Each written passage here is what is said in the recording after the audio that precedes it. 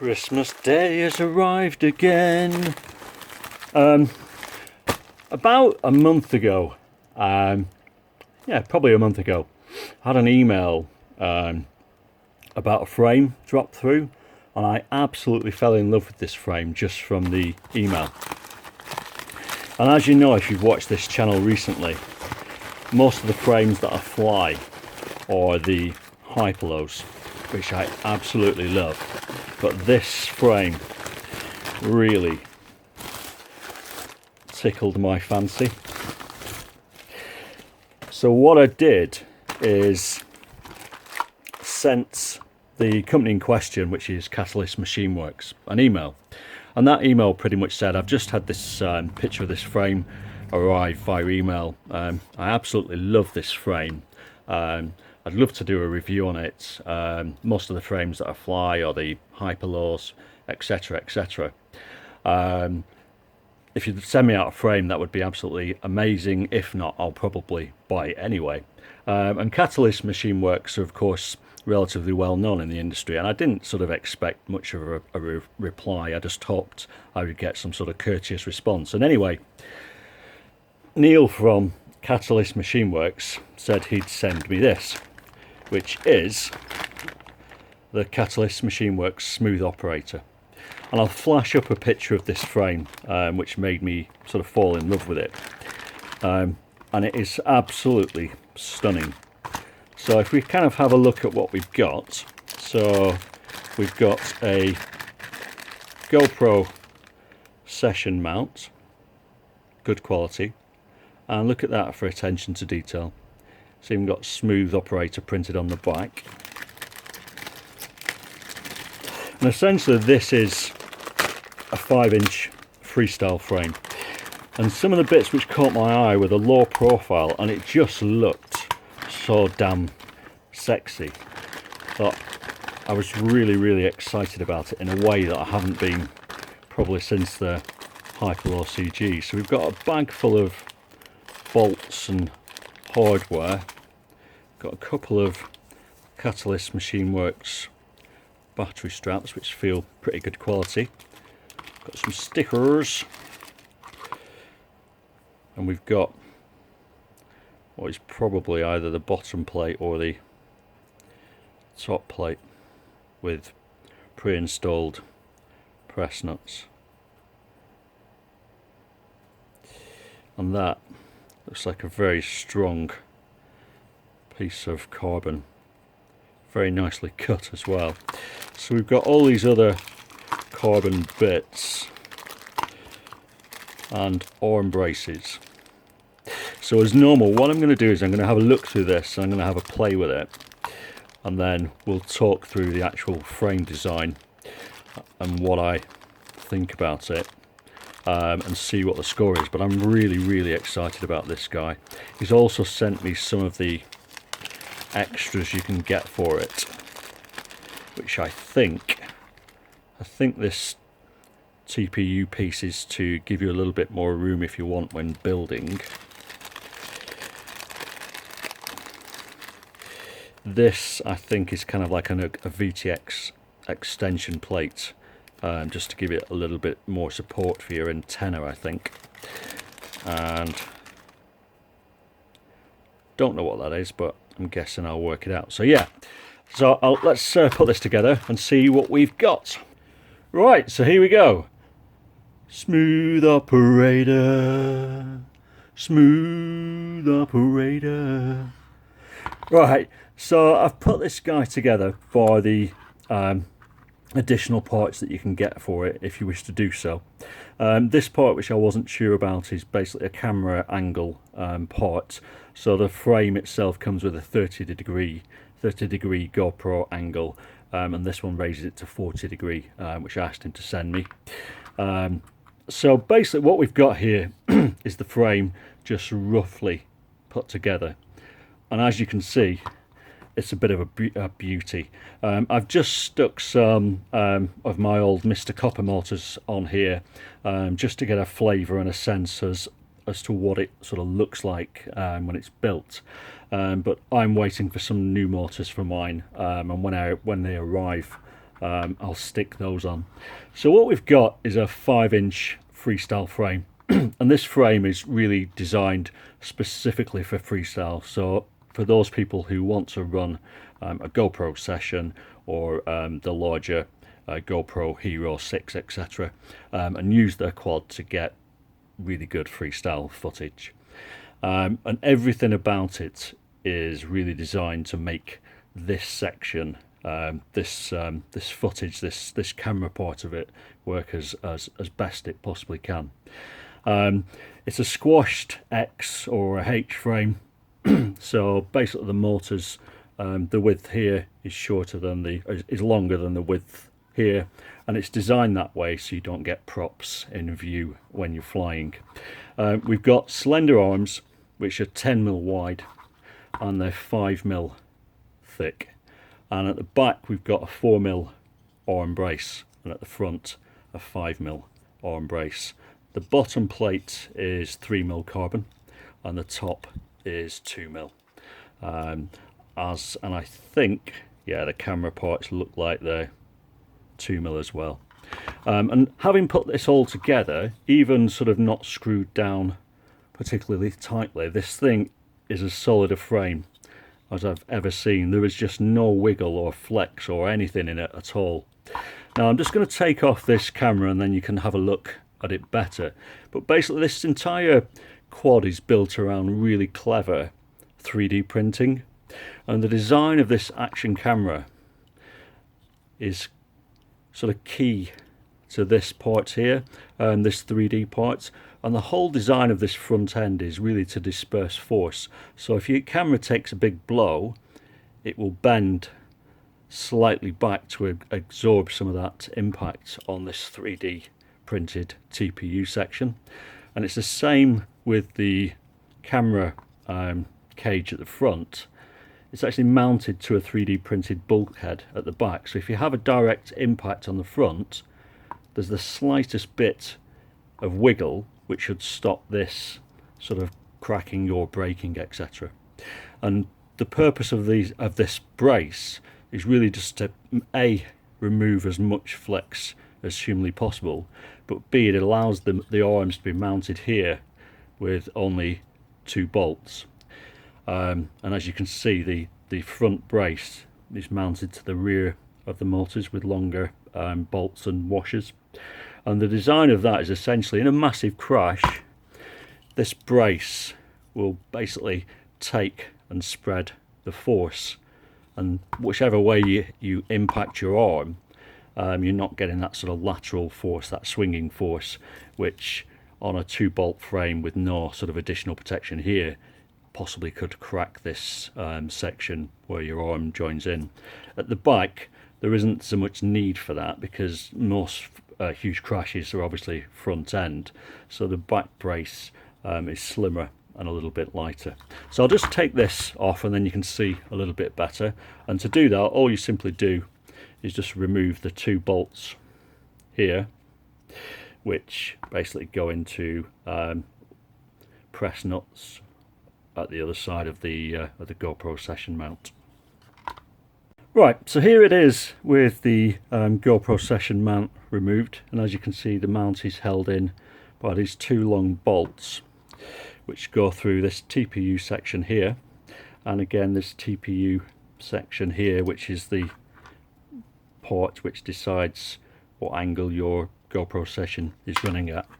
And as you can see, the front part of this is meant to have a little bit of wiggle in it, which again, if you have a direct impact to your camera, will allow this bit to rotate back slightly and this bit to kind of sink back ever so slightly.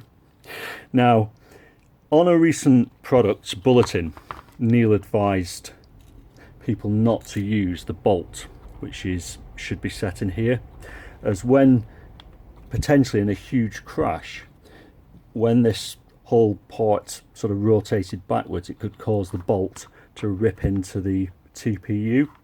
Now when this was sent out to me, one of the guys that I fly with, Gary, also ordered one at the same time, bought one at the same time, and we've kind of been racing each other across the Atlantic. And his arrived 4 or 5 days ago, and he's built his, and he's been flying it. And in a particularly bad crash, even not using this screw, this part here kind of deformed slightly. And his solution was basically just to get a metal tie wrap and basically just fix this part to this part to stop it separating. Now, this is where I'm really impressed with Catalyst Machineworks, because Gary emailed them and said, I've come across this potential issue. And he had some ideas because he's a really experienced builder and pilot. And Neill from Catalyst Machineworks has been sort of toing and froing between Gary and himself. And he's come up with a slight tweak to this design, basically just to make this part stronger. And this is the kind of thing that I really like about some frame designers. You know, usually if you have an issue with the frame, it's tough, you know, and you've got to buy a replacement part or whatever. And Catalyst seems to be one of those companies who's constantly sort of tweaking and improving their frames. And this is why I liked Hyperlaw so much. You could contact the designer and speak to Richard in this case, and you know, find out what the score was. And so what Neill has done is he's creating a new, slightly tweaked 3D design for this, and he's going to reinforce it with little bits of carbon to spread the load when this has a direct impact. And I'll quickly flash up the 3D image he sent me up here. But basically the score from Catalyst Machineworks is that if you have any issue with this, just drop Neill an email, and he'll sort you out with the updated version when it's sorted out, and he'll explain to you the quick way, and it is a really quick way to solve it, as I said, with a metal zip tie or something of those of that ilk. But the frame itself is full of little details. You can tell it's been made by someone who loves and flies quads, and Neill's racing heritage with the America frames, etc., is written all over this frame, even to the point where this 3D print here has a little indentation running all the way around it, which is basically for a zip tie, which you can use to tighten this part and strengthen it, just to stop these antenna tubes popping off, which they sometimes do. Now, when you're building this frame, you'll notice it isn't the easiest frame to put together. There's quite a few parts to it. One of the things I particularly like on this frame is you'll notice that the rear motors or the rear arms are sat higher than the front arms, and of course that's very reminiscent of the America frame. It was also on the Vert and Vert Freestyle frames from Hyperlaw, and what this essentially does is just lift your rear motors a little bit higher than the front, and just helps eliminate a little bit of that turbulent air that your front motors are creating when you're flying forward, and allows these rear motors to run a little bit cleanly. You'll tend to find when you're flying that your rear motors are generally hotter than your front ones, and that's because they're having to work harder, because they're always in that sort of turbulent air from your front ones. And what this essentially should help with is basically prop wash. Having your rear arms slightly higher should help eliminate a tiny bit of prop wash. But flipping back to the race heritage, the arms themselves are really quick to release. The actual sort of 5mm arm is sat on this spacer, and the rear of the spacer has a hole which obviously sits the bolt through. The front is actually open, so basically if you undo these two bolts here, once this bolt is released and this bolt is slackened, you can basically, once you've removed the brace, just pull this arm straight out. So, you know, replacing your motors or etc. is really easy.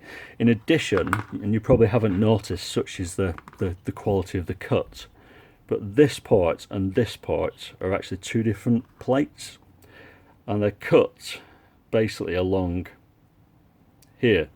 So what you can simply do if you want access to your parts is just undo these bolts, or should I say these 4 bolts, and this back part lifts off.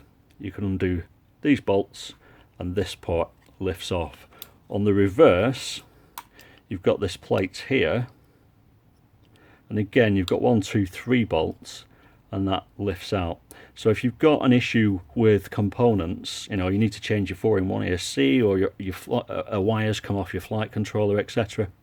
You've got access on both sides to get to those components, which is one of the things that really bugged me.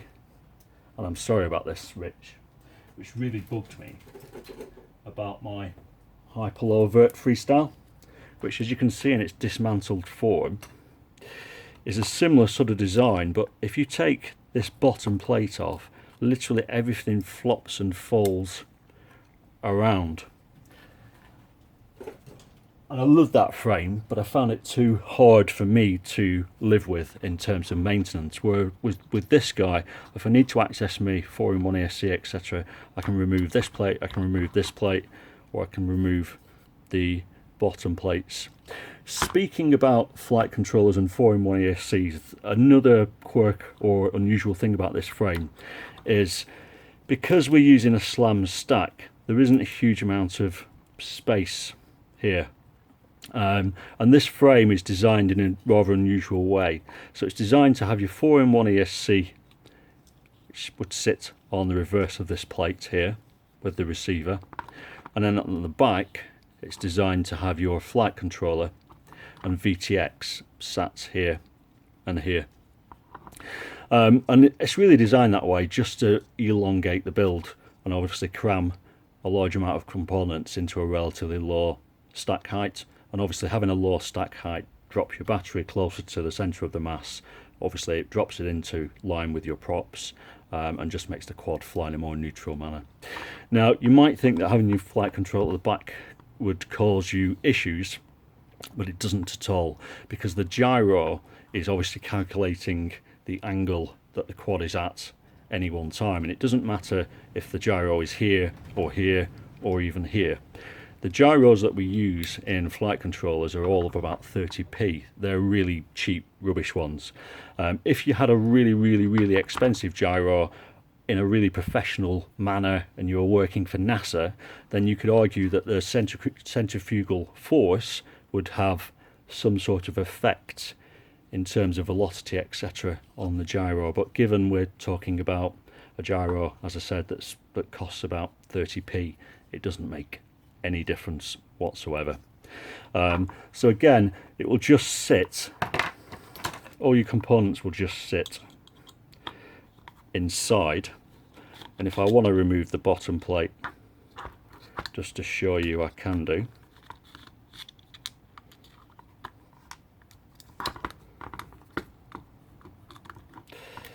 I'll just lift this plate off. So again, you can see you've got pretty good access to all your components from the bottom and of course the top if you need to. Which brings me on to this guy. If you're struggling, clearly this frame is designed for a 4-in-1 ESC. If you're struggling on your build to fit anything in, they sell this little 3D printed sort of spacer, if you will, which is 2 or 3 mil, probably 2 mil thick. And what essentially this does is just, if you want to, sits between this plate and just gives you an extra couple of mil of space to play with. But looking at the way it's designed, as long as you pick your components cleverly, you're not really going to have too much issue.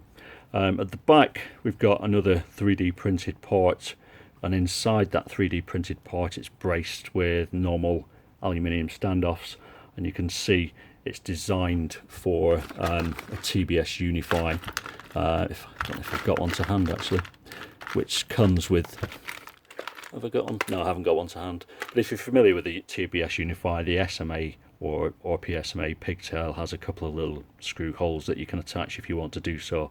If you don't want to use that, then clearly you can just run your normal SMA through. If you want to run a larger antenna, then get one of these antenna braces, which essentially just bolts onto the back here and allows you to brace your antenna and zip tie it, similar to my Hyperlaw CGs, which use the same system. Can you see that there? Sorry, I can't see the camera. Yeah, which uses the same system, and that works great for me. So all these little things just show that someone has sat down and thought about what freestylers want. You know, they want a compact frame that gives them good footage, and the fact that this HD camera isn't hard mounted, it's soft mounted on all these 3D ports, basically means that you're going to get naffle jello in your video footage, hence the name Smooth Operator.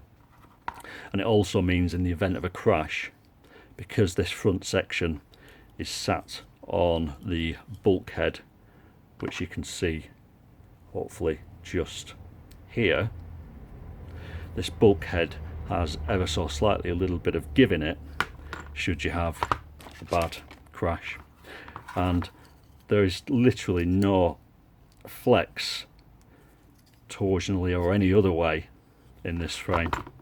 So that's pretty much it. I think I've covered most of it. It's a difficult frame to review this because I haven't seen anything like this before. There's so much originality here, and while it shares a lot of the things that I love about my Hyperlaws, you know, the slam deck, you know, raised arms that I had on the vert, etc. It's really, I just haven't seen a frame anything at all like this before. It feels really, really strong. You know, how this front arm brace will cope in a big impact, I don't know.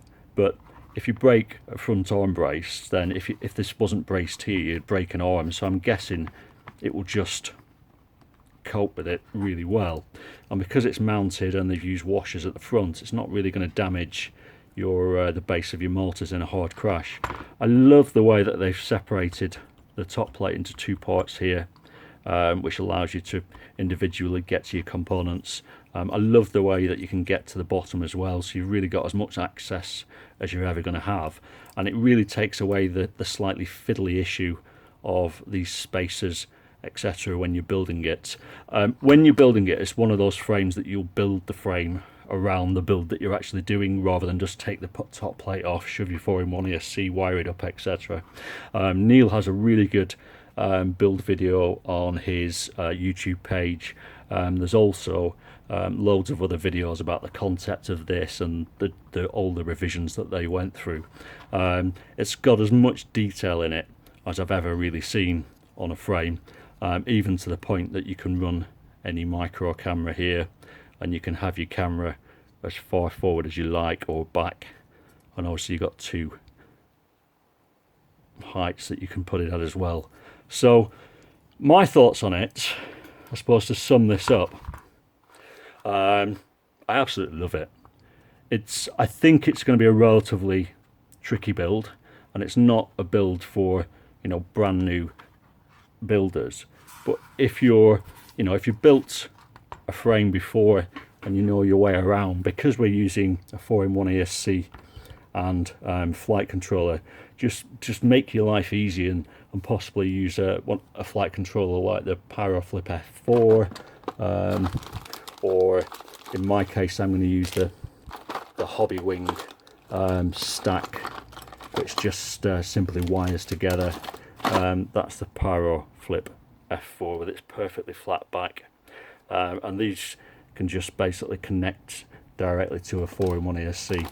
So just pick your components carefully, you know, get components which sit together well, and I think you'll have a pretty easy time of it. Just make sure you're not using a gigantic VTX. Clearly it fits the TBS Unify, so anything around that size or smaller would be great. And again, on your receiver side, because it's being sat in the same area as this 4-in-1 ESC, just make sure, you know, it's an XM Plus or an XSR or something small. You know, you don't want a huge VTX there. So yeah, so all I can really say is huge thanks to Neill for sending this to me. You know, this is Catalyst Machineworks. They're a big, although they're a small family company, they can obviously choose whoever they want to send these things to. And I'm really chuffed that he decided to send it to me. I don't do, you know, a huge amount of reviews, and unlike other people, everything that I do review is with the intention of me building and flying it every day. So my hope is that this will feature for a long time on my channel. Obviously there'll be an update to this part sooner or later. I mean, it's absolutely sound, you're not going to lose your camera or anything, but longer term it just has a little bit of a design flaw, which is going to be updated. But I think that just shows that you've got, you know, an operator or a designer who's open to ideas and constantly improving things. So I think it's going to fly really, really well. It's got a nice amount of weight to it, which you want for freestyle. One thing I didn't mention, actually, it's even got a little grommet here to put your battery leads. So they've kind of thought of everything. So yeah, so thanks again to Catalyst Machineworks. When my motors come, which probably won't be for another 5 or 10 days, I'll put this together and do a build overview, just talking you through it. But as I said, I'd point you to Catalyst's own website and their YouTube page, where there's tons of videos on this guy and the theory behind it, and the build as well. But yeah, shout out to Neill at Catalyst Machineworks. Absolutely love the frame, can't wait to get it built, and happy flying. Cheers guys, thanks, bye bye.